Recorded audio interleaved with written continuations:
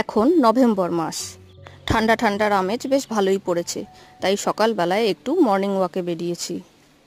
ভোরের পরিবেশটা সবচেয়ে সুন্দর লাগে। ভোরবেলায় রাস্তাঘাট খুব ফাঁকা থাকে আর পরিবেশটাও দেখতে খুব সুন্দর লাগে।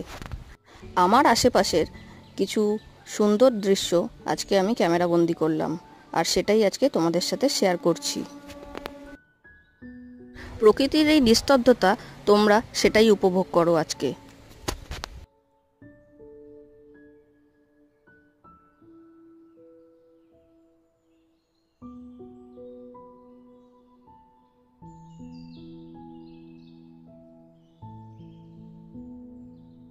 মর্নিং ওয়াক সেরে আসার পর এখন কিছু গাঁদা গাছ বসানো হবে, আর তারই প্রস্তুতি চলছে।